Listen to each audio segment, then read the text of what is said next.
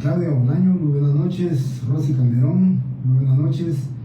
Qué gusto de saludarles, qué gusto de estar compartiendo con ustedes, compañeros. Muy buenas noches. Como todos los días de clase, pues les agradezco su participación aquí en la clase de Derecho Notarial 1. Ya nuestros últimos puntos del programa, pues parece que estaba viendo y parece que vamos bien, ¿verdad? Ezequiel, Gaby, muy buenas noches. A los 49 alumnos que ya están conectados, les agradezco su tiempo, les agradezco su participación. Como información, pues creo que no les tengo mucha información ahora. Terminé el día de ayer, terminé de calificar los exámenes de retrasada que pasé el día sábado, entonces ya me puedo dedicar a empezar a calificar los exámenes de ustedes para tenerles notas lo más pronto posible y sepan su zona. En segundo lugar, quiero comentarles que nos quedan 3 puntos del programa. Un punto del documento que es bastante sencillo porque afortunadamente creo que ya lo adelanté en clase, y luego la eficacia del instrumento público. Estamos todavía un poco, pero de todas maneras yo les voy a dar la información, compañeros, con respecto al tema del día viernes. Yo quisiera su comprensión del día viernes. Creo que pues según entiendo, hoy salió un acuerdo por medio del cual se da día de asueto, de descanso, el viernes 2 de mayo. Dice entidades centralizadas, descentralizadas, no dice autónomas ni semiautónomas. En ese sentido, todavía la universidad no ha dado el visto bueno, o no ha dado luz verde para el descanso del día viernes, porque ellos tendrían que hacerlo. De todas maneras, yo les estaré informando. Espero en Dios que terminemos hoy estos 2 puntos. De lograr terminar estos 2 puntos, pues yo creo que podríamos dejar de no dar clases el día viernes, y me quedarían prácticamente 4 clases para poder dar el tema del protocolo, que para mí creo que es suficiente, más que hasta para poder hacer un repaso con esas 4 clases. Así que si nos va bien hoy, pues se tome o no la decisión o la determinación de si hay clases o no hay clases el día viernes. No tenían clases porque no tenemos clases para la presencialidad, entonces pues dejaríamos el tema de no dar clases el día viernes, pero depende a qué horas y cómo terminemos el día de hoy. Así que muchísimas gracias nuevamente por estar en la clase, muchísimas gracias por participar aquí con nosotros. Bien. Voy a empezar entonces con el tema del documento, compañeros. El tema del documento. Aquí tenemos el documento, tenemos documentos privados y documentos públicos. Clases de instrumentos públicos dentro del protocolo y fuera del protocolo. Creo que esto fue lo que yo adelanté una vez en clase, les platiqué los que van fuera y los que van dentro del protocolo. Y luego tenemos que hablar de los documentos privados, compañeros, que eso sí es muy importante. Y en los documentos privados tenemos que agregar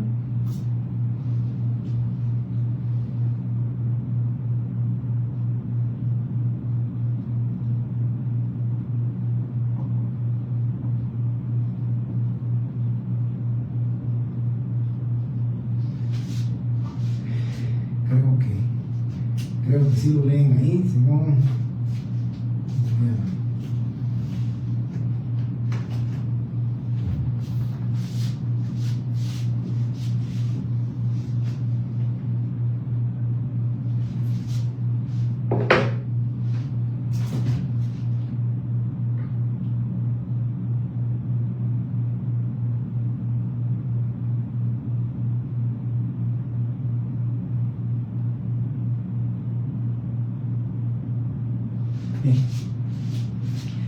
Creo que ahí sí lo leen mejor. El documento lo vamos a dividir en 2. Los documentos pueden ser notariales, esos son privados, y están los documentos públicos. Pero también tenemos los documentos privados que le vamos a denominar con firma legalizada y sin firma legalizada. Lo importante es que comprendamos, compañeros, al inicio de esta clase, que los documentos solamente los pueden hacer, o el documento lo va a hacer un funcionario público, un ente privado, una persona privada, lo puede hacer un notario. A eso le vamos a llamar documentos notariales. A diferencia de los instrumentos públicos, que única y exclusivamente le corresponde su faccionamiento, su autorización a los notarios. Así que instrumentos públicos, única y exclusivamente los notarios lo pueden hacer. Los documentos públicos, sí, ¿verdad? El documento público lo puede hacer un funcionario público en el ejercicio de su cargo. Recuérdense el artículo 186 del Código Procesal Civil y Mercantil, que dice claramente la división de que todos los documentos autorizados por notario o por funcionario público en el ejercicio de su cargo hacen plena prueba. Estamos hablando entonces de los documentos públicos que va a ser un funcionario público, un secretario general, un ministro, un viceministro, un director general. Todos esos son documentos públicos porque emanan de funcionarios que están dentro de la esfera estatal, dentro de ese engranaje del Estado, ¿sí? Eso es, muchas bendiciones, Clarita.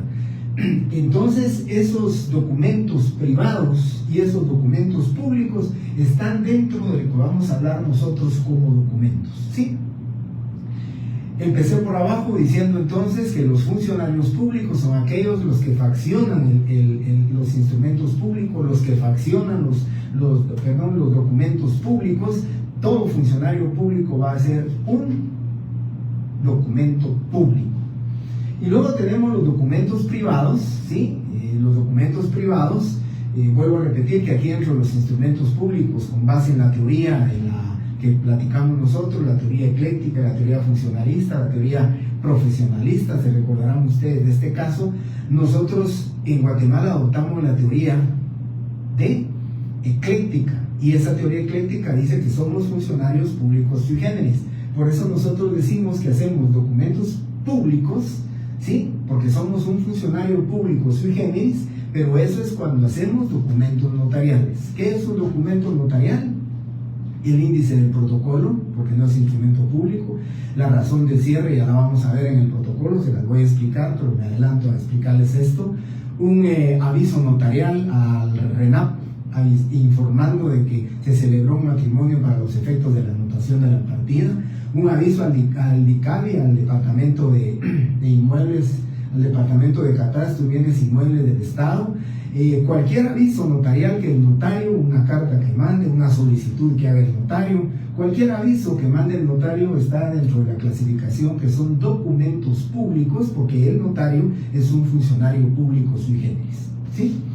Pero luego tenemos los documentos privados. Los documentos privados, compañeros, estos documentos privados son aquellos que faccionan o que autorizan, ¿sí? O que elaboran dos personas particulares o una persona en particular, porque recuerden ustedes que los contratos pueden ser unilaterales, bilaterales, onerosos, ¿verdad? Gratuitos, y ese es lo que establece la ley. Entonces nosotros decimos que hay documentos privados con firma legalizada y documentos privados sin firma legalizada. ¿Hay actuación notarial en el documento privado? No hay actuación notarial. Pero si legalizamos la firma, hay una actuación notarial.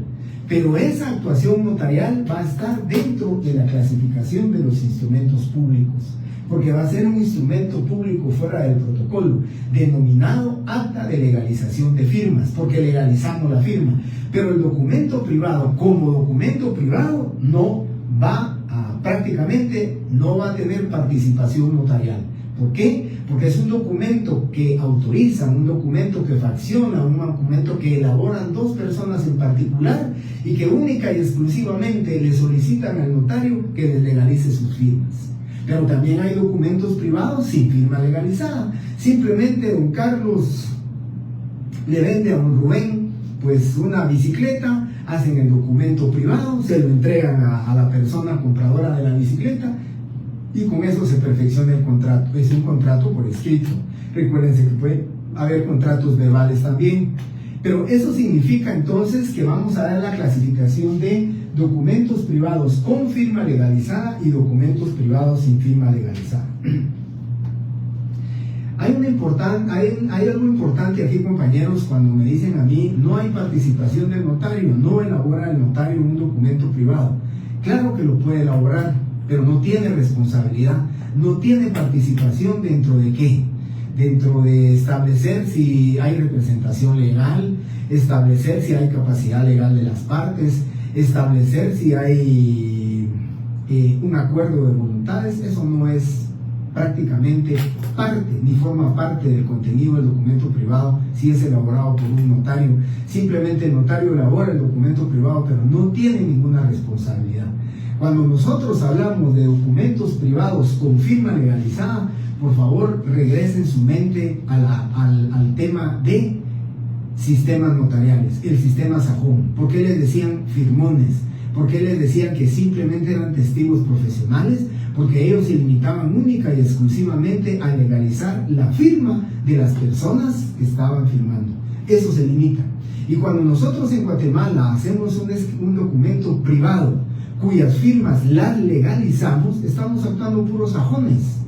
Porque nosotros solo estamos legalizando la firma de don Carlos y de don Rubén, y nuestra responsabilidad se limita única y exclusivamente a que la firma de Carlos y a que la firma de Rubén sean las que se dice que ahí están puestas. Y si no, mi argumento, ya miraremos también las actas de legalización en su momento oportuno, pero mi argumento legal debe descansar en el artículo 57 del Código de Notariado, donde, si ustedes lo miran, si ustedes lo notan, dice: la auténtica no prejuzga acerca de la validez del documento, ni de la capacidad ni personería de los signatarios o firmantes. Eso significa que cuando legalizamos nosotros firmas, no importa que en el documento privado el objeto no sea lícito, no importa que sea un menor de edad el que esté vendiendo, porque esa no es mi responsabilidad de yo determinar la capacidad. No importa que alguien diga, se arrogue y diga yo soy el mandatario judicial de alguien aunque no lo demuestre, porque el notario no va a calificar, porque el notario no tiene obligación dentro de un documento privado, por su falta de participación en asesoría, en dirección, en recepción, en modelar la voluntad de las partes. Prácticamente el documento privado con firma legalizada es un documento privado, homologándolo al sistema sajón. Simplemente firmones, simplemente legalizamos el documento, simplemente decimos que la firma que está puesta ahí en presencia del notario es diferente.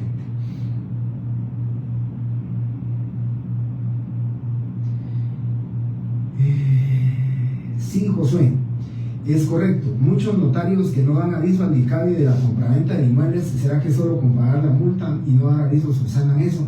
Sí, compañero, lamentablemente sí. Solo pagando la multa y dar el aviso atrasado, pues subsana eso. Son 10 quetzales de multa que se pagan por eso. Entonces yo creo que no está acorde llamemos la realidad económica del país, no está acorde a esa multa. Una multa de 10 quetzales ahora a nadie, a ningún notario le va a preocupar, ningún notario le va a afectar su bolsillo, y entonces dirá, bueno, cuando me pidan el aviso lo voy a dar. Esa es una irresponsabilidad del notario, esa es una responsabilidad, se recuerdan ustedes, administrativa y disciplinaria por parte del notario, que el notario debe de cumplir con dar sus avisos y dar sus obligaciones. Recuérdense que aquí el más perjudicado no va a ser la administración pública, no va a ser el ICABI, no va a ser el Estado, porque el Estado le seguirá cobrando al vendedor, al pasado vendedor o al pasado a propietario. Él tendrá que seguir pagando el impuesto del IUSI, a él le seguirán cobrando, y él tendrá que, el notario no da el aviso del nuevo cambio de titular, entonces el anterior propietario tendrá que pagar. Será él el que tendrá que estar buscando al notario para que dé el aviso, descargue la matrícula y ya pueda hacerse el pago correspondiente del impuesto por parte del nuevo comprador una vez se haya dado el aviso. Por eso es importantísimo, ¿verdad? Les decía yo, cumplir con estas obligaciones, ¿sí? Kikiberta Silvana, muy buenas noches, compañeros, nuevamente a todos, muy buenas noches. Bien, entonces, compañeros, les decía a ustedes estos documentos privados con firma legalizada y documentos privados sin firma legalizada. ¿Qué otro interés tenemos nosotros de hablar de los documentos privados con firma legalizada? ¿Qué interés tenemos? Pues tenemos un interés importante. A mí me decían, el notario puede elaborar un documento privado, claro que lo puede elaborar porque él tiene el conocimiento, porque él es el que conoce, como perito en derecho es el que conoce las instituciones, los contratos, las instituciones jurídicas de cada uno de los contratos que son relevantes, ¿verdad?, dentro de lo que es el historial notarial. Pero, por supuesto, vuelvo a repetir, no tiene participación el notario, no dice ante mí, Jorge Mario Álvarez Quiroz, notario, no lo dice. Simplemente el notario lo puede elaborar. Y prueba de que sí lo puede elaborar, compañeros, es el artículo 109 del Código Notariado, en el numeral 13, que les marqué y les dije que eso no venía en el examen, pero aquí sí es importante remarcarlo. Dice: por la redacción de un documento privado o la elaboración de una minuta, los notarios cobrarán la mitad de los honorarios que les corresponderían. Eso significa que el notario sí está facultado, compañeros, para que pueda elaborar un contrato privado. Él lo va a elaborar, pero que elabore el documento privado no significa que él tenga que dar asesoría, que él tenga responsabilidad si el mandatario no acreditó bien el mandato, si el gerente general no acreditó perfectamente su personería. Eso no interesa, pero sí puede elaborar el documento privado. Y luego algo muy importante también,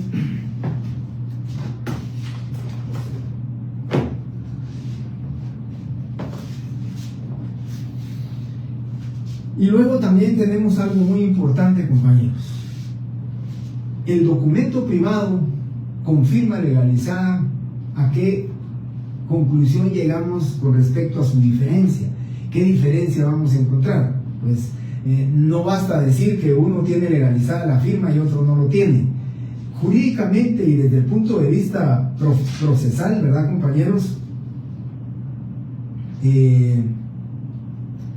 Tenemos los juicios de ejecución en vía de apremio y luego también tenemos los juicios de ejecución, tal y como se le llaman.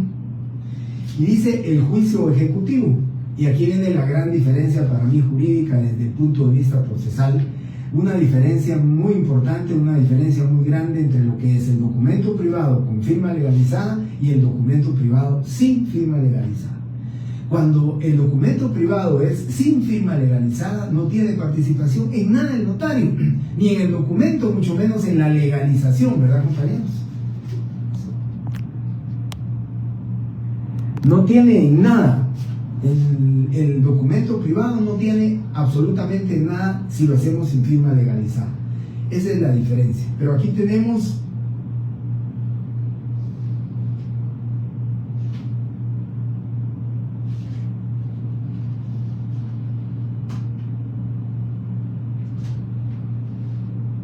bien, dice artículo 327 del Código Procesal Civil y Mercantil. Miren la importancia de esta gran diferencia entre el documento privado sin firma legalizada y el documento privado con firma legalizada.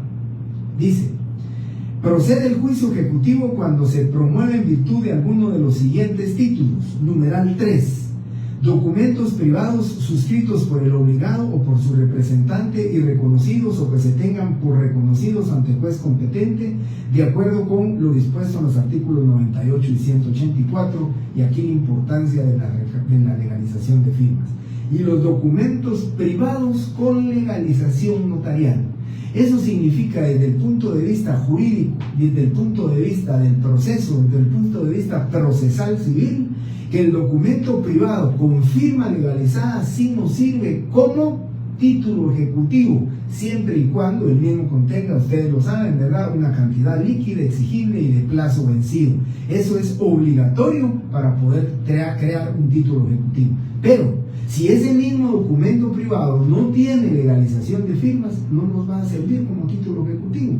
Esa es la gran diferencia para mí desde el punto de vista procesal, de que uno nos va a servir como título ejecutivo si tiene su firma legalizada y el otro no nos sirve como título ejecutivo. ¿Qué sucede si no tiene título ejecutivo, si no tiene firma legalizada? Pues nos servirá como documento privado de fecha cierta y determinada, nos servirá para iniciar una prueba anticipada ante el juez para que se reconozca el documento privado en su contenido y firma, y eso ya nos serviría como un título ejecutivo. Pero si lo tenemos ya como firma legalizada, el documento privado es perfecto. El documento privado nos sirve pues a nosotros como título ejecutivo para iniciar una ejecución. Bien. Buenas noches de sesión. Bien. Entonces, compañeros, les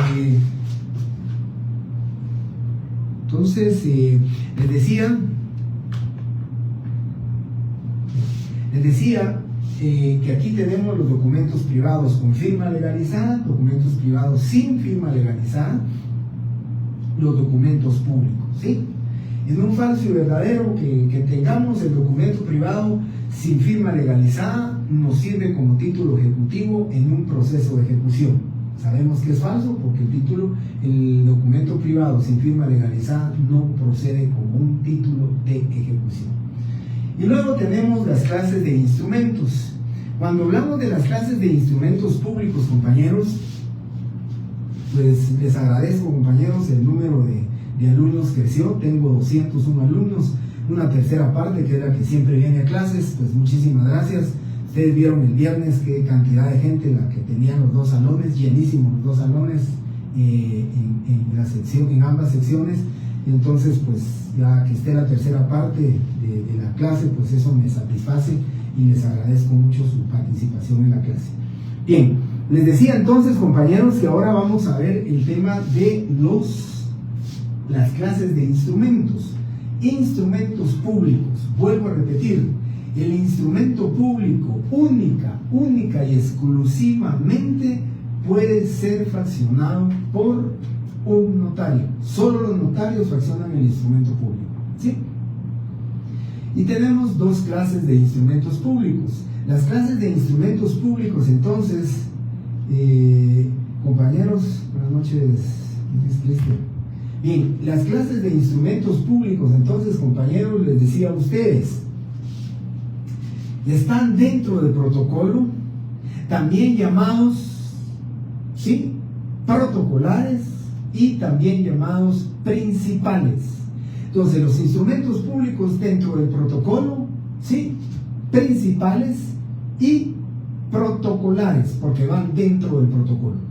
Y la otra se le denomina fuera del protocolo, la otra clasificación, fuera del protocolo, secundarios o extraprotocolares.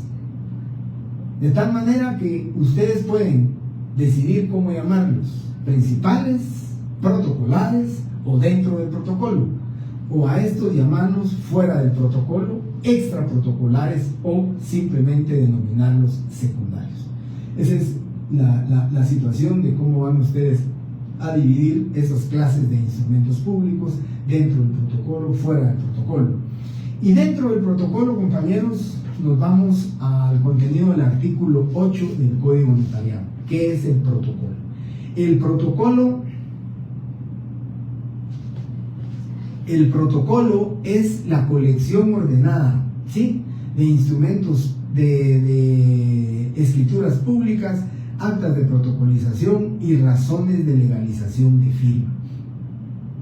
Eso es prácticamente, compañeros, lo que nosotros vamos a hablar de instrumentos protocolares, instrumentos que van dentro del protocolo, ¿sí? Vuelvo a repetir, artículo 8 dice que el protocolo es la colección ordenada, ¿sí?, de escrituras públicas, actas de protocolización y razones de legalización de firma. Esos tres instrumentos llamados protocolares dentro del protocolo o principales son la primera clasificación, ¿sí?, artículo 8 del Código Notarial. Pero su fundamento legal para la creación de los mismos, para las escrituras públicas como requisitos generales de todos los instrumentos públicos y básicamente de las escrituras públicas, quiero comentarles entonces que para las escrituras públicas deben ustedes de subrayar, deben ustedes de marcar el artículo 29 del Código Notarial. Artículo 29 del Código Notariado para las escrituras públicas. Artículo 29.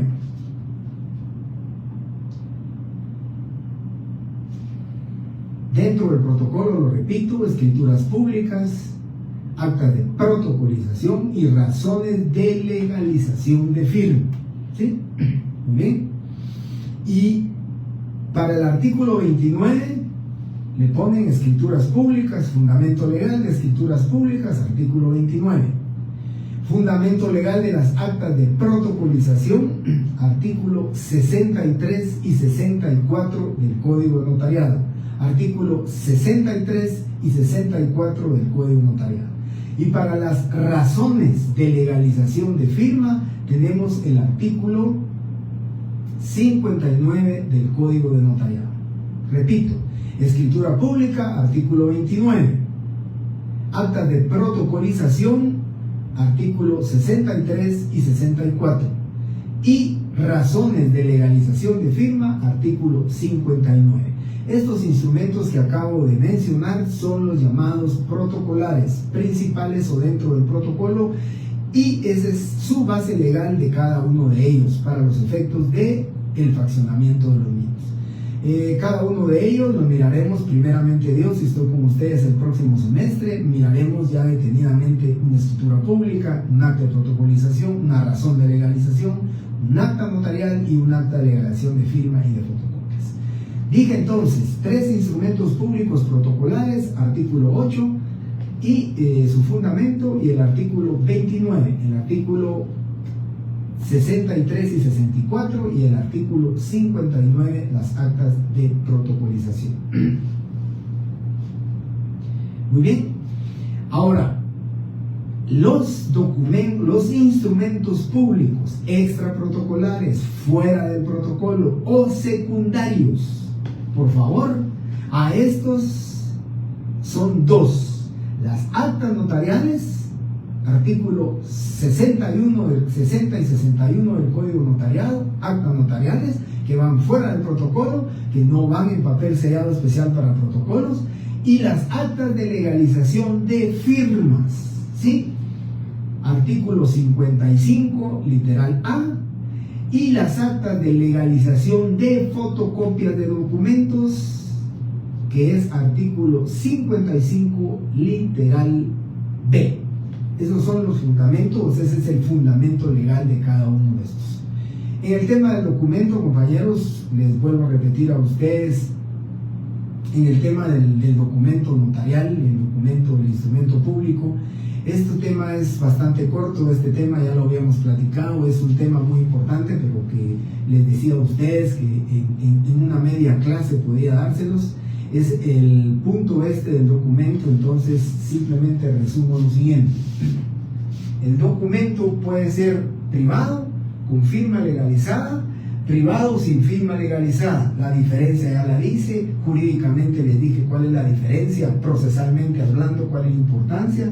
Los documentos públicos que cualquier funcionario público lo puede hacer, el mismo notario, un aviso notarial que mande al NICADI, que mande al RENAP, que mande a cualquier otra institución, a la ley de armas, al DIGECAM.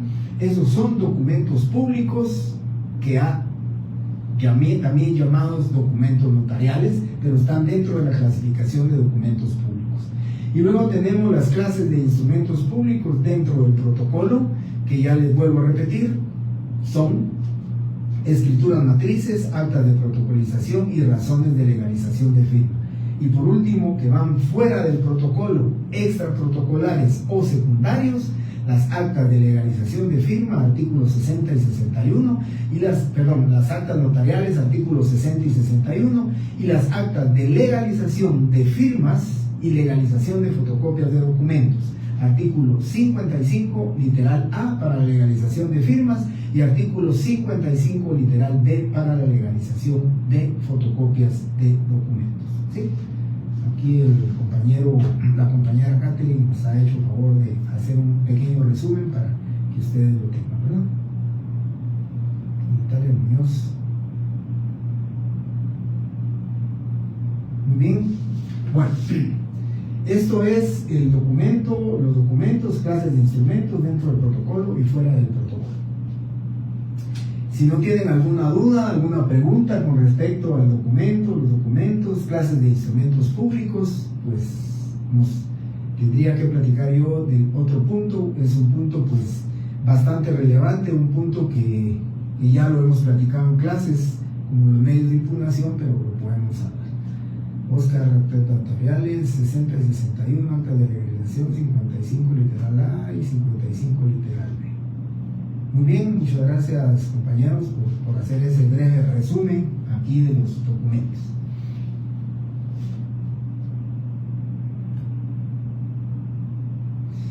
Rosemary, la razón de legalización de firma y la legalización de firma. La legalización de firma es un documento fuera del protocolo y la razón de legalización de firma es un documento dentro del protocolo. Lamentablemente quiero comentarles, compañeros, que la razón de legalización de firma es un instrumento público que la ley lo refiere, que la ley lo establece, pero que de verdad ningún notario lo cumple. Pero su diferencia estriba en que la razón de legalización de firma la legalización de firma genera la razón de legalización de firma. Dice el artículo 59 que de cada legalización de firma que el notario haga, deberá tomar razón en su protocolo. Imagínense ustedes, para un notario que legaliza, pues, estos notarios que se encuentran allá afuera de finanzas, que legalizan 50, 60 firmas diarias, imagínense ustedes, tendría que hacer 50 razones de legalización de firma en el protocolo. Entonces, por eso definitivamente yo me atrevo a decir que es algo que está en la ley, pero no está vigente, pero no es aplicable.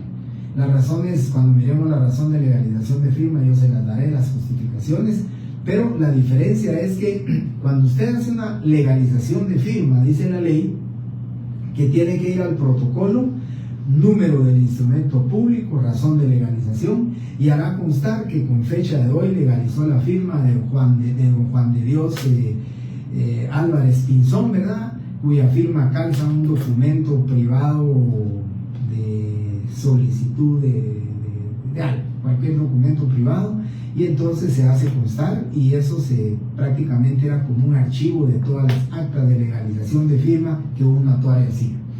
Justificación si la hay. ¿Por qué? El Código Notariado del año 1943, me atrevo a decir que en el año 1943 probablemente, si mucho, habían unos 20 notarios, y cada notario posiblemente tal vez legalizaba 1 o 2 firmas al mes, y entonces pues estaba esta obligación notarial para el notario de tomar razón en su protocolo.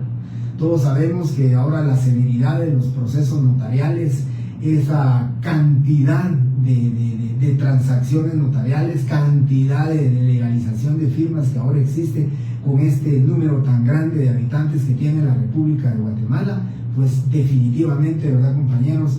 Imagínense, vuelvo a repetir, para estos notarios que legalizan tantas firmas, yo en la empresa donde trabajo, se venden con el inmueble, se vende una acción que tiene derecho a la pertenencia del tema del agua, y entonces las acciones se hacen por medio de endoso con firma legalizada. Si se venden 30 inmuebles en el mes, son 30 legalizaciones de firma, y entonces imagínense, serían 30 razones de legalización de firma y cualquier otra legalización de firma que ustedes hagan. Cuando ustedes se gradúan, tienen que llevar legalizada su firma. Cuando ustedes hagan su examen técnico profesional, tienen que llevar legalizada su firma en ambas fases privadas. Tendría el notario que tomar razón de legalización de firma. Y por eso vuelvo a repetirles, es vigente el artículo, pero nadie lo aplica y definitivamente no lo pueden hacer. Con la tecnología, sí, Rosy, tantos documentos que se piden para legalizar, imagínense ustedes. Solo que en el tema de que creo que Rosy me está diciendo cuántos documentos se piden a legalizar, son fotocopias, ¿verdad? En las fotocopias legalizadas es otro instrumento público que va fuera del protocolo, pero que aquí no habría necesidad de hacer ninguna razón. La ley solamente peculiarmente, ¿verdad?, así de manera particular, establece y determina que deben de legalizarse, que debe de tomarse razón de legalización de firmas a todas aquellas firmas que el notario legalice, ¿verdad?, y que debería de llevar un control, pero que definitivamente no se puede llevar.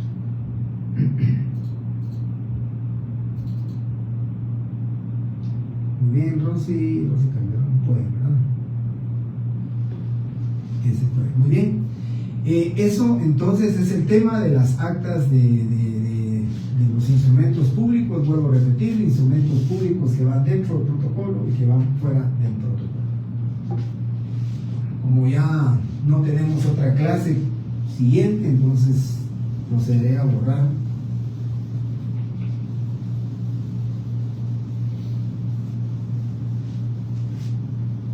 Bien. Y ahora tenemos el punto número 10 del programa, compañeros. Creo que vamos a terminar bien. Tenemos todavía más o menos unos 25, 30 minutos. Vamos a terminar bien, creo yo, con este tema del punto número 10 del programa. Si no tienen alguna duda del punto anterior, comienzo entonces con la eficacia del instrumento público. Valor probatorio, medios de impugnación, nulidad de forma, falsedad material y falsedad ideológica. Bien. Cuando hablamos de la eficacia del instrumento público, vamos a hablar del valor probatorio. El valor probatorio, compañeros, inicio con ese artículo que les dije que iba a ser el caballito de batalla en todas las, o la mayoría de clases que íbamos a tener nosotros en este curso de Derecho Notarial 1. Es el artículo 186 del Código Procesal Civil y Mercantil. Y cuando hablamos de ese valor probatorio, nosotros estamos hablando de una prueba preconstituida. Nosotros de manera, llamémosle, inmediata, ¿qué es lo que vamos en búsqueda del faccionamiento de un instrumento público? Cuando alguien busca a un notario, cuando alguien le solicita a un notario el faccionamiento, la autorización de una escritura pública que contenga un contrato de compraventa. Compañeros, ¿cuál es el fin inmediato que busca el comprador?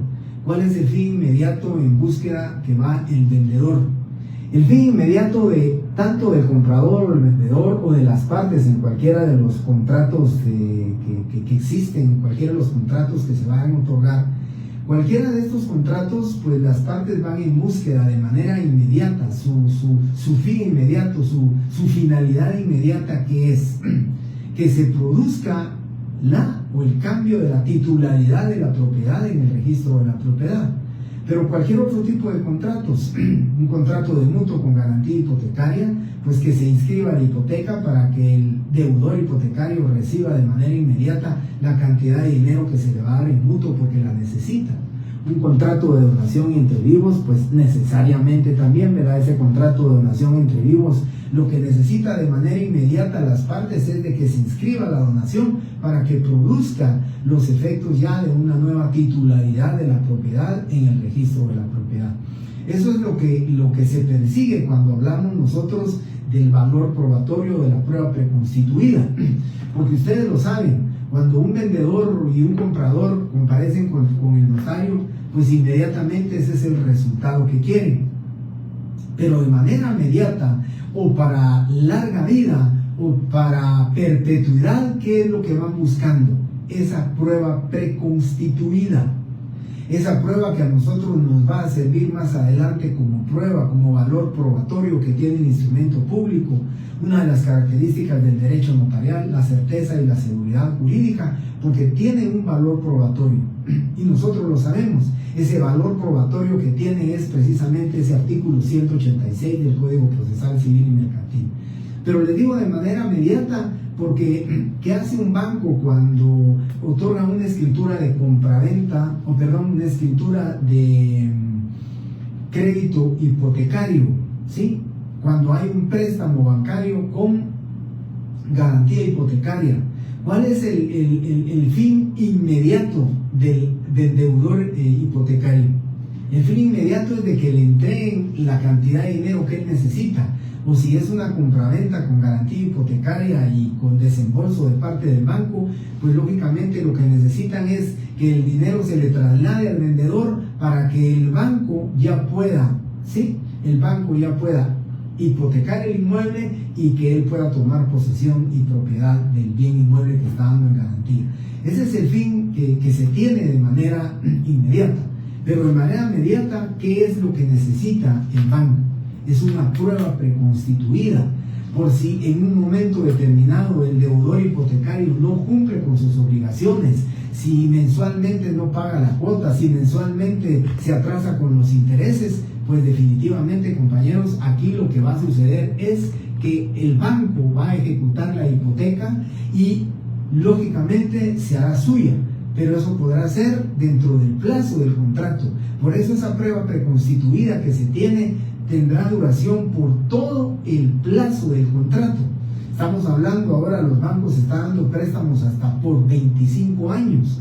Estamos hablando entonces, compañeros, que el banco necesita esa prueba preconstituida del año 2037 al deudor hipotecario, pues lamentablemente sus finanzas, sus ingresos económicos y su bonanza y su fortuna ya no es la misma, se empieza a atrasar, no paga una cuota, no paga 2 cuotas, no paga 3 cuotas, no paga 4 cuotas.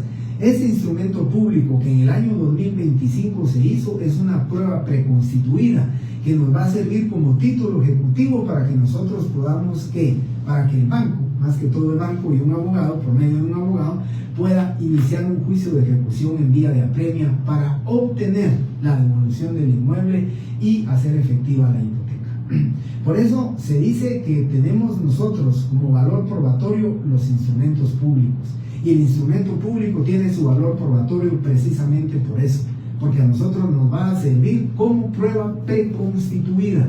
Desde el momento que se hace el instrumento público, desde el momento que se fracciona, desde el momento que se autoriza y el notario pone las palabras ante mí y firma, es la prueba preconstituida, porque es un instrumento autorizado por notario que hace plena prueba en cualquier tipo de proceso.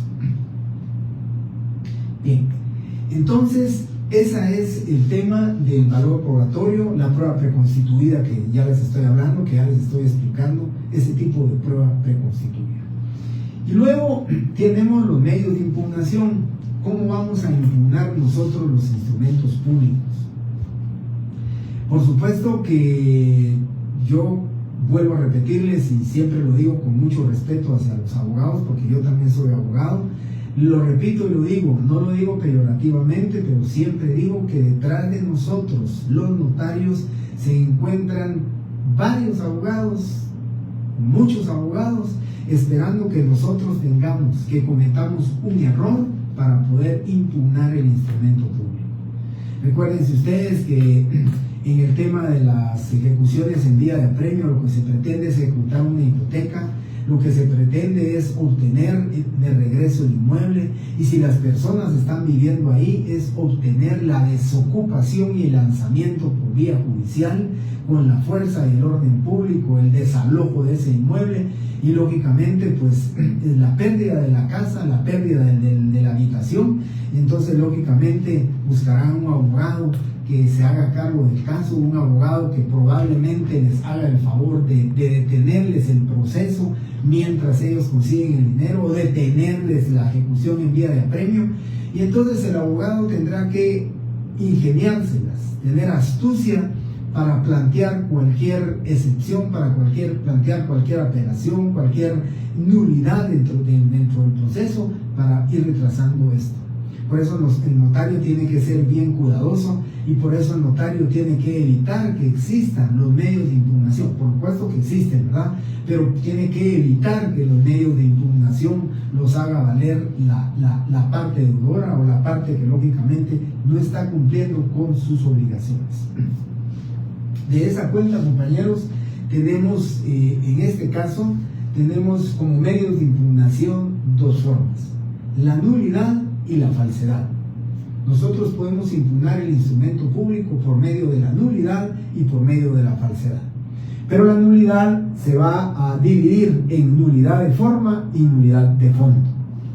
¿Se recuerdan ustedes cuando hablamos del artículo 77 del Código Notariado? Y yo les hablaba a ustedes de las prohibiciones, compañeros, cuando yo les decía a ustedes prohibiciones que tiene el notario. Y dentro de las prohibiciones decía que el notario podía, con las palabras por mí ante mí, autorizar las escrituras de ampliación que únicamente tengan como objeto enmendar errores de forma, que no sean de los contenidos en el artículo 96, que era la enmienda del protocolo.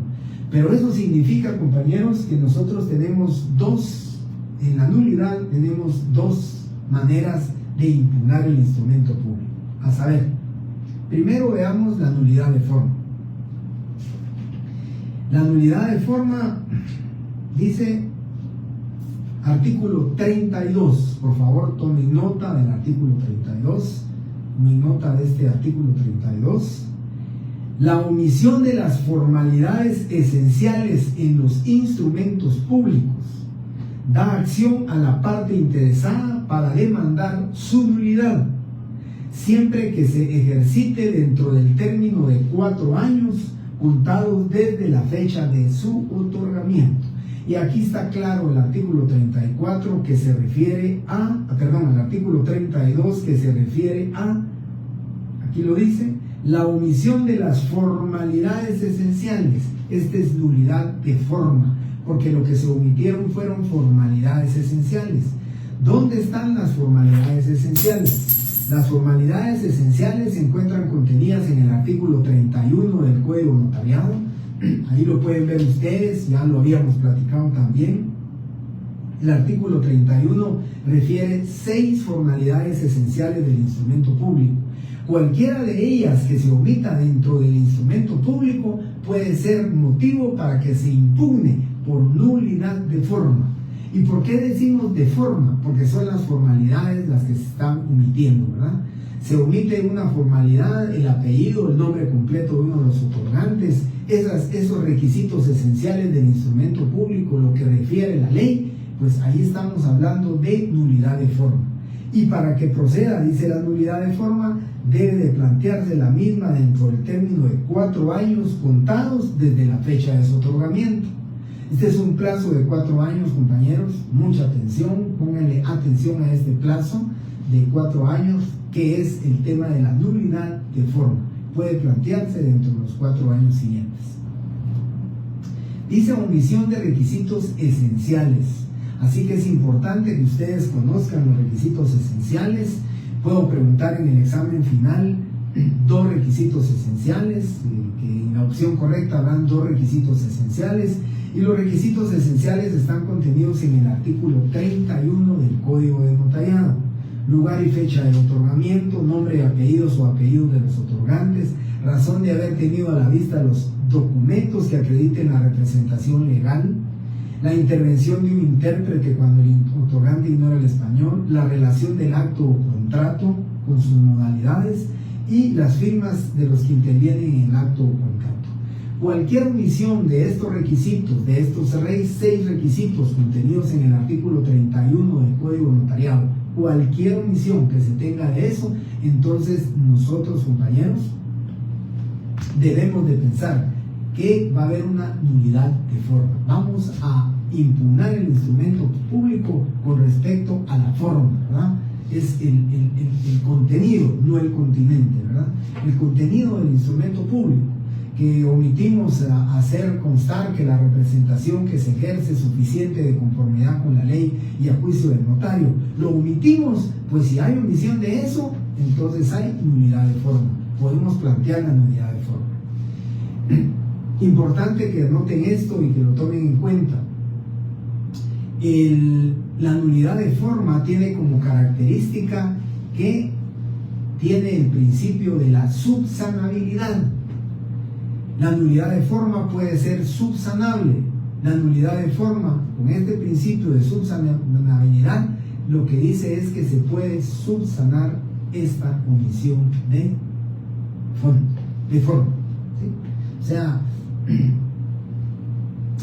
si omitimos uno de los nombres propios del compareciente o del otorgante, hay una omisión de un requisito esencial, porque la ley lo dice, nombres y apellidos. Pero si las partes se encuentran de acuerdo, pueden subsanar ese error. Hacen una escritura de ampliación, una escritura haciendo constar en la escritura de ampliación que por error se omitió el nombre propio de uno de los comparecientes, indicando únicamente que se llamaba Carlos, siendo Carlos Humberto el nombre correcto. los otorgantes lo aceptan, los otorgantes otorgan la ampliación y con eso están subsanando esa omisión que se cometió y prácticamente están pues invalidando la pretensión de cualquiera de las personas que quisiera impugnar el instrumento público por nulidad de forma. ¿Sí? Esa es la nulidad de forma. Muy bien, Catherine, así es, correcto. La nulidad de forma puede ser subsanable a través del principio de la subsanabilidad. ¿Sí? Bueno. Y luego tenemos entonces la nulidad de fondo. La nulidad de fondo ya no va a atacar el contenido del instrumento con respecto a la formalidad. Ya no le interesa la nulidad de forma, a la nulidad de fondo, lo que es el nombre, la nacionalidad, todos los datos individualizantes o la omisión de requisitos formales o esenciales del instrumento público, sino que aquí se va directamente a atacar el negocio jurídico. En la nulidad de fondo lo que se ataca es el negocio jurídico en sí. Recuérdense ustedes que el 1251 del Código Civil establece cuáles son los requisitos para la validez del negocio jurídico y dice capacidad legal de las partes, que el objeto sea lícito y que el consentimiento no adolezca de vicios. Eso prácticamente es lo que el abogado va a ir en búsqueda de cualquiera de estos para plantear una nulidad. Y la nulidad dice, hay nulidad en el contrato, en el negocio jurídico, cuando no hay objeto lícito, la capacidad legal es ausente, la capacidad legal del otorgante, y cuando se adolezca de vicio. Artículo 1301 del Código de Notariado, del Código Civil. Aquí entonces, en la nulidad de fondo, vamos a atacar prácticamente el negocio jurídico. Que el negocio jurídico no es válido, ¿por qué? Porque el objeto no era lícito. No es válido, ¿por qué? Porque el mandatario no tenía facultades suficientes para otorgar el instrumento, para otorgar el contrato, y por consiguiente adolece de vicio. Que el consentimiento no fue, pues el consentimiento no fue violentado el consentimiento, entonces se va a impugnar el instrumento público por nulidad de fondo. Eso es el ataque que se va a hacer a través de la nulidad de fondo. La nulidad de fondo, pues lógicamente, compañeros, es un poquito, lo digo, probablemente es un poquito más difícil, ¿verdad?, de probarla. La nulidad de un instrumento público va a ser a través de un juicio de conocimiento, un juicio a través, pues, lógicamente, va a llevar un juicio ordinario, un juicio de conocimiento, llevará mucho su tiempo para que se pueda determinar o se pueda ordenar o se pueda declarar con lugar una nulidad de fondo del instrumento público cuando se ataca directamente al negocio jurídico. ¿Sí? 1251, gracias Rosy Calderón, 1251 del Código Civil, y el 1301 que procede la nulidad de fondo cuando del negocio jurídico, ¿verdad?, cuando ya les expliqué el sentido contrario del artículo 1251. Nulidad de forma y nulidad de fondo. Esa es la diferencia, ¿verdad? Uno ataca a las formalidades del instrumento público, el contenido, y el otro ataca el continente, o sea, ya prácticamente el negocio jurídico en sí. ¿Alguna pregunta, compañeros, relativa o con relación a este tema de la nulidad de fondo y nulidad de forma? Yo estoy consciente, compañeros, y siempre lo hemos hablado en los profesores. Nosotros los profesores no podemos cambiar los programas. Hemos tenido, pues, a veces acercamientos con otros profesores de cambiar el programa. Creo yo que este tema de la nulidad de fondo y de la nulidad de forma debería de estar contenido en el programa, por lo menos en el programa de Derecho Notarial 3, cuando ustedes ya conozcan, cuando ustedes ya elaboren instrumentos públicos, o en el Notariado 2, cuando ustedes ya en una escritura pública, cuando ustedes omitan un requisito esencial, un requisito no esencial, porque cuando ustedes hagan una escritura pública, porque cuando yo les haga hacer una introducción de una escritura, un cierre, yo velaré porque ustedes, cuando yo califique, ustedes cumplan con todos los requisitos esenciales del instrumento público, que ustedes cumplan con que concurran todas las formalidades que establece el Código Notariado para los efectos de las formalidades. Yo prácticamente el siguiente semestre lo que voy a calificar es evitar una nulidad de forma, porque la nulidad de fondo lo tendrán que ver ustedes directamente en su tema de Derecho Procesal Civil y Mercantil. Ahí hablarán ustedes de un tema de conocimiento, de nulidad del instrumento público, de nulidad de forma. Estamos hablando de una nulidad absoluta y una nulidad relativa. Lógicamente son temas que procesalmente hablando lo van a ver.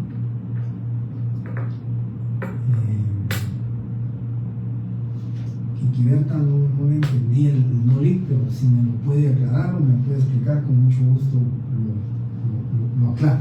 Bien. Y para ir terminando estos temas o puntos del programa, y ya pues prácticamente empezar a hablarles ya a ustedes de un tema muy importante, y lo vamos a hablar del protocolo, ya el último punto del programa. Para ir terminando con esto, entonces tenemos ahora el tema de la falsedad. Recuérdense que en el tema de la nulidad estamos hablando en aspecto puramente civil, ¿verdad? Una responsabilidad civil. Todo daño debe indemnizarse. Todos los daños que se provocan, daños y perjuicios, deben de indemnizarse. En el tema de la nulidad, pues estamos hablando de una nulidad de forma y una nulidad de fondo.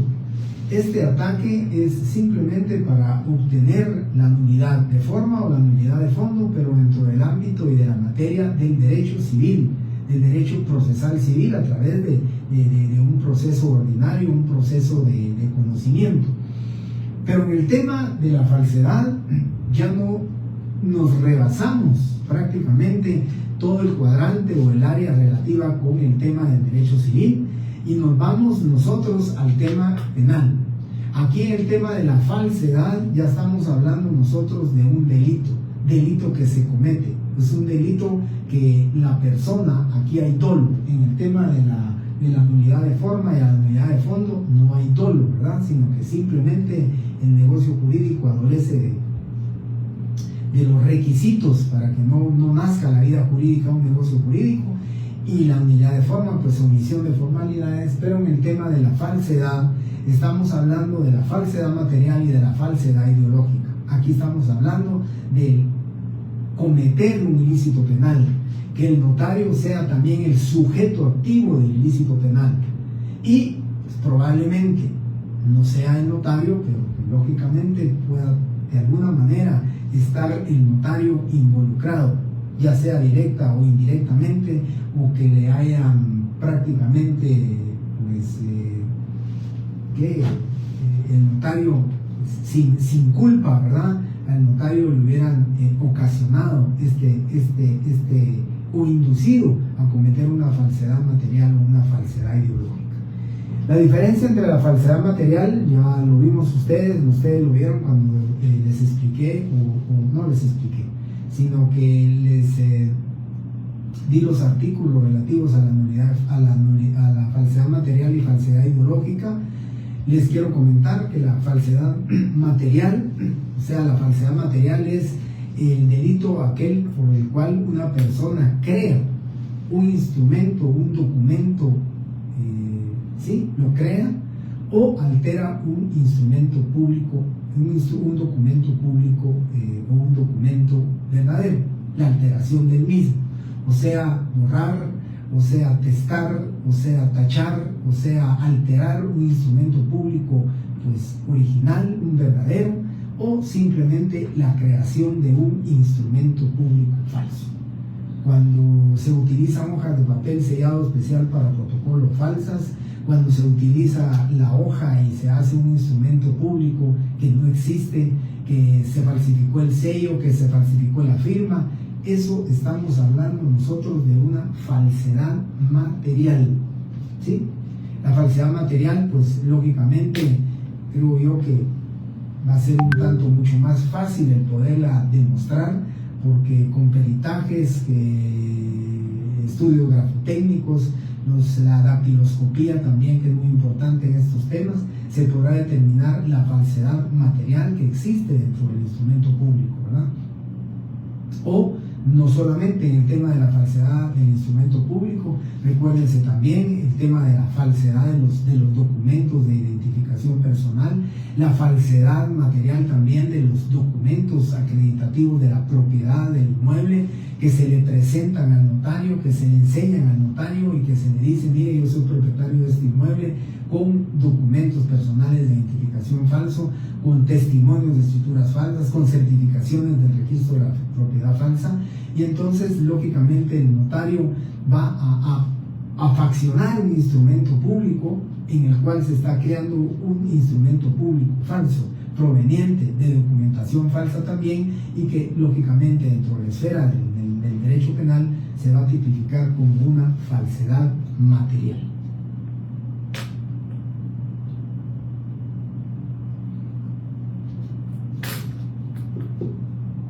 Josué Pérez, sí. Miren, compañeros, yo les decía a ustedes, esto es muy preocupante, muy preocupante. Yo se los dije a ustedes en expedientes de este canal 23, TN23, pues yo vi una historia de una persona que a través de esta falsedad material, pues le quitaron, a través de un fraude, le quitaron un inmueble ahí en Prados de Villahermosa. Todavía están en el juicio de obtener la nulidad, obtener la nulidad del negocio jurídico, o bien obtener la declaración de falsedad material del instrumento público. Eso es lo que andan en búsqueda.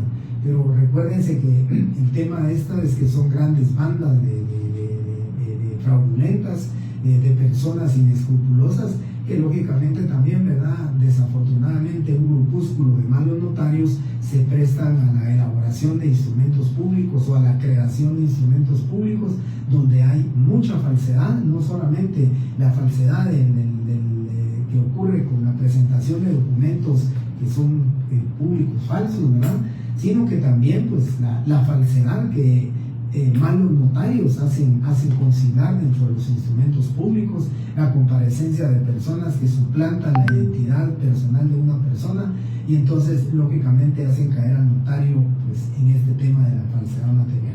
Regularmente el notario casi siempre es llamado al Ministerio Público como testigo, ¿verdad?, a menos que se le involucre directamente sobre ser también el digamos,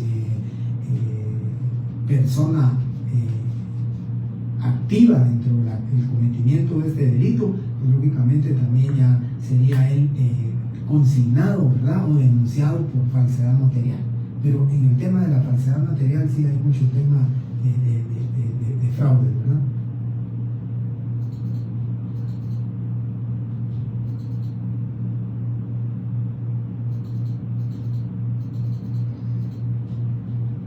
Empezamos con José, que tuvo caso, sí, la falsedad material, se puede mencionar el caso de los topacios.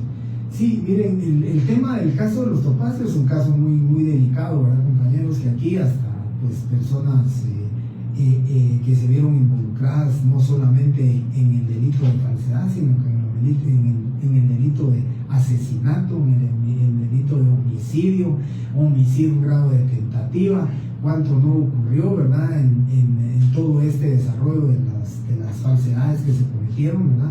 Es un grupo muy grande de personas que lógicamente conocen el derecho notarial, que lógicamente si ese conocimiento, si esa intelecto que tienen para elaborar el fraude lo dieran a la sociedad para crear buenos instrumentos públicos o crear instrumentos públicos correctamente, pues estaría bien, ¿verdad? Pero ellos simplemente lo utilizan, ese es su conocimiento, su habilidad, su astucia o su fraudulencia, pues la utilizan exclusivamente para hacerle daño a la sociedad, ¿verdad?, con temas de fraudulento. Yo pues le decía, Natalia comenta aquí el caso de los topacios, ustedes lo saben, ahí estaban involucradas muchas personas, y cuando ya se dieron cuenta que los estaban acorralando, pues fue cuando ya hubo hasta homicidios, ¿verdad? Yo recuerdo de una persona que había comprado, aquí en Prados de Villahermosa, había comprado muchos bienes, muchos terrenos, un ingeniero, y lamentablemente le falsificaron su firma. 3 de los, creo que eran 18 terrenos los que él tenía, 3 terrenos le fueron, pues de manera fraudulenta, se le fueron quitados. Hubo una inspección y protocolo, yo había hecho la estructura original, hubo una inspección en el protocolo, pero lo más evidente es que esta persona, pues yo les comento, esta persona estuvo pues detenida en Mariscal Zavala en un tiempo, estuvo detenida el propietario de esos inmuebles, y entonces dentro de ese periodo de la detención que él estuvo ahí, hicieron las compraventas. Era más que evidente que la compraventa del inmueble no pudo haberse dado porque él estaba detenido, no había ningún control de ingreso de algún notario para la firma de él. Y recuerdo que fueron a ver mi protocolo, los del Ministerio Público, hicieron la inspección y todo, y la notaria era, recuerdo, la abogada era una muy jovencita, la notaria recién graduada. Ella empezó a ver el tema y después me comentó que había llegado con el notario que había hecho la escritura. Le dijo que él había recibido los documentos, que él había tenido los DPI a la vista, todos los documentos que se había hecho. Entonces ella le dijo, mire, la persona, o sea, el vendedor se encontraba detenido en Mariscal Zavala, así que era imposible que él hubiera hecho la escritura. El notario se sulfuró un poco, se molestó y le dijo que no tenía absolutamente nada que ver, que hiciera el favor de retirarse de su oficina. Y antes de salir de la oficina le dijo, licenciada, antes de que se vaya, solo quiero recomendar, la banda que hace todo este tipo de fraude es una banda muy violenta. Usted está demasiado joven para que se arriesgue su vida a estos temas. Y por supuesto, ¿verdad? La licenciada pues declinó el tema ya no continuó con el proceso. No sé en qué paró, pero me imagino que han de haber continuado tal vez con otro abogado que se atrevió a hacer estos temas. Pero ese es, desgraciadamente y desafortunadamente, ¿verdad? Ese es el tema de los fraudes que se cometen a través de la falsedad material y la falsedad ideológica. Marielo dice, ¿cómo se sabe si el DPI es falso o no? Bien, yo, compañeros, siempre he compartido en clase y les digo, es muy difícil que nosotros los notarios, miren, en el caso de nosotros no podemos dar fe, la misma ley dice que nosotros no prejuzga sobre la validez, contenido del documento en el caso de la legalización de firmas, y eso es claro. Pero en el caso de los documentos personales de identificación, también nosotros los notarios, compañeros, no somos peritos en determinar la veracidad o legitimidad de un documento, ¿verdad? Hay, de verdad, ustedes lo saben, echa la ley, echa la trampa, y hay bandas organizadas que posiblemente una licencia de conducir falsa se mira mucho más buena que es original. Entonces nosotros realmente en este caso no tenemos digamos alguna forma de determinar. Fíjense que hace mucho tiempo el Registro Nacional de las Personas, el director, que era Mario Sánchez, comentó la idea que tenía el Instituto Guatemalteco de Derecho Notarial. Había hecho una solicitud para que a los notarios se le vendiera el aparato que utilizan en los bancos para poder chequear el DPI, y entonces pues de alguna manera ese dato únicamente le iba a dar datos no sensibles, pero por lo menos con el chip se podía determinar la veracidad. La razón del por qué ya no se hizo, por qué ya no el notario pudo adquirir este aparato para poder chequear, no sé, pero hubiera sido algo interesante porque de alguna manera ahí sí teníamos forma de verificar que el documento personal de identificación fuera evidente. Yo no sé si la compañera que está preguntando, Marielos, estuvo en una de las clases que yo le comenté. Cuando yo tengo duda, más que todo del DPI del vendedor, ¿verdad? A mí me preocupa el DPI del vendedor. El vendedor es el que uno tiene que tener la astucia de determinar, ¿verdad?, la identidad de la persona. Pero yo les soy sincero, compañeros, ahora les pido 2 o 3 documentos de identificación. La banda que anda cometiendo fraudes lo que hace es falsificar el DPI. pero no creo que tengan o su mente llegue a que el notario les pida 2 documentos. Entonces yo regularmente les pido el DPI, mire, quisiera ver su licencia, su carnet de afiliación del IX, cualquier otro documento pues, que sea público, ¿verdad? Que un carnet de identificación que ustedes tengan o algo, necesito por favor que me presten otro documento. Y entonces yo llego a la conclusión que sería muy difícil que la persona vaya a falsificar licencia y vaya a falsificar DPI. Regularmente pido 2 documentos. Si no tienen los 2 documentos, me atreví, yo lo conté una vez, a decirle que él dijo que era bachiller y me dijo que vivía cerca de la oficina. Le dije, necesito otro documento, o sea, en esa época era cédula. La cédula me la llevó, pero dudé y le dije, bueno, si usted es bachiller, tiene su título de bachiller, sí, me dijo. Entonces, si me dijo que vivía por aquí cerca, van a traérmelo, aunque sea encuadrado, pero quiero verlo. Y de verdad se los comenté, jamás regresó esa persona. Ahí tengo la cédula de vecindad como recuerdo. Y lógicamente, pues lo que iba a hacer esta persona era un fraude, de verdad tenía una cédula de vecindad falsa. Pero son temas que, digo yo, uno debe ir pensando cómo hacerlo, ¿verdad? También un notario me dio a mí una idea muy buena, y a veces cuando tengo duda también lo hago. En el DPI está la fecha de nacimiento, y él me decía, mira, a la persona hay que decirle otra fecha de nacimiento, porque nadie no va a saber su fecha de nacimiento, ¿verdad?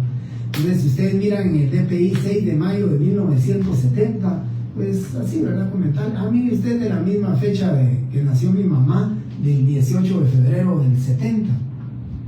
Si la persona tiene falsificado el documento, lo más seguro es que le va a decir, sí, yo soy de esa fecha, ¿verdad? Pero la persona que no, le puede decir a usted o corregir la fecha, no, mire, yo soy del 6 de mayo de 1970, no soy de febrero. Digamos, circunstancias así o pequeñas preguntas, ¿verdad?, que ustedes deben hacerle, o la suspicacia que deben de tener para determinar que la persona no.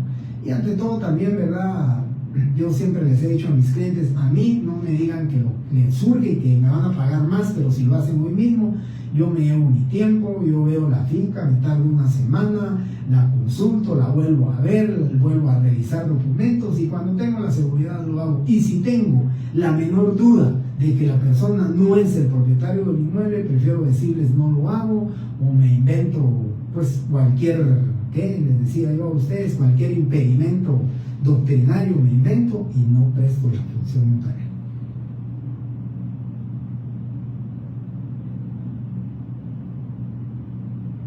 Steven Ovalle, es correcto. Rosy Calderón, eso, el lector de DPI era el que nos habían ofrecido, pero yo ya no sé por qué no se hizo, ¿verdad?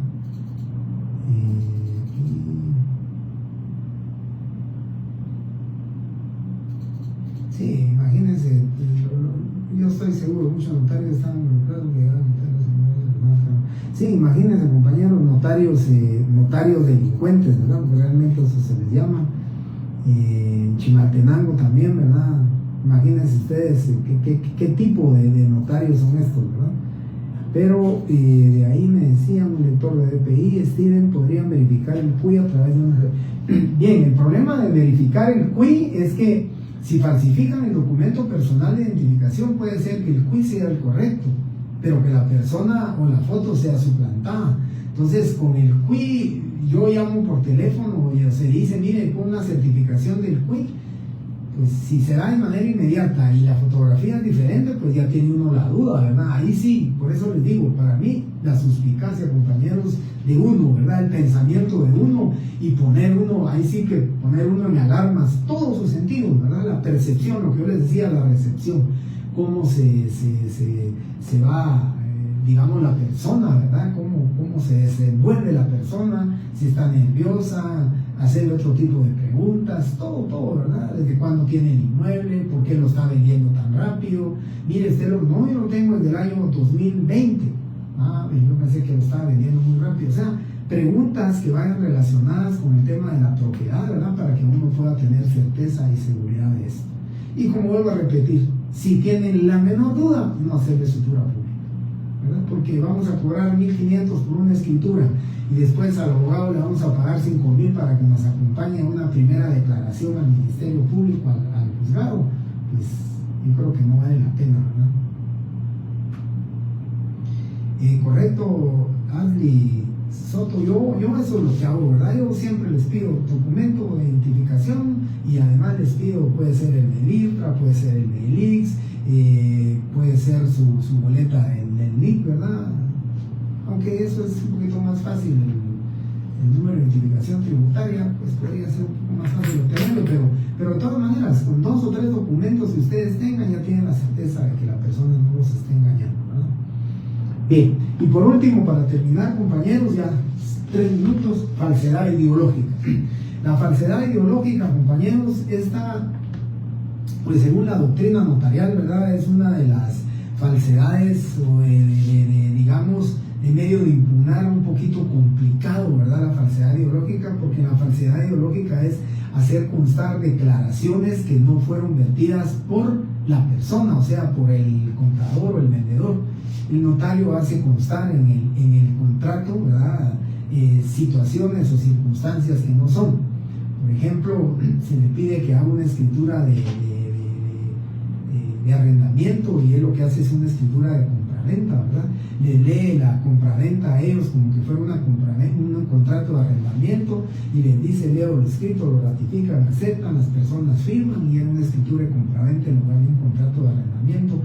Esa falsedad ideológica pues es un poquito complicada el poderlo probar porque la firma de las personas son verídicas, pero las declaraciones de voluntad de ellas son las que prácticamente fueron falsificadas. Hay falsedad, hay fraude en el mismo y entonces pues es un tanto difícil, pero procede la falsedad ideológica.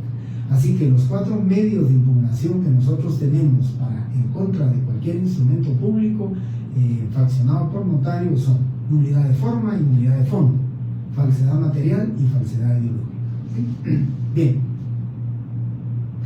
compañeros, con esto terminamos entonces la clase de hoy. Me quedan 4 clases, entonces me van a quedar una semana de virtual y una semana de presencial. La última semana de presencial, que sería antes, creo que es hasta el 16 de mayo, entonces prácticamente, como terminamos estos 2 puntos, les quité 20 minutos de su clase, empezamos a las 7, estamos terminando 8:20, entonces los estoy exonerando para la clase del día viernes. Voy a aprovechar que dieron pues la universidad, no, pero pues mi esposa y uno de mis hijos que trabajan en el estado, vamos a aprovechar de que ellos tienen pues puente, y entonces voy a aprovechar de alguna actividad familiar que ya teníamos pues no programada, sino que habíamos pensado en algún momento, y entonces se nos da este momento, y por eso, compañeros, pido disculpas.